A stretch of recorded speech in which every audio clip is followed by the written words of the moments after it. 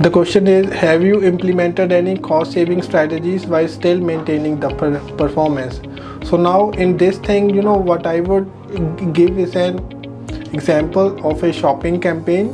So for the shopping campaigns, what was happening was the client was actually running all the product within one campaign, but the product level optimizations was not done. There was few products which was spending the money but are not converting. So what we have done was we have paused those products from the main campaign which had the higher budget.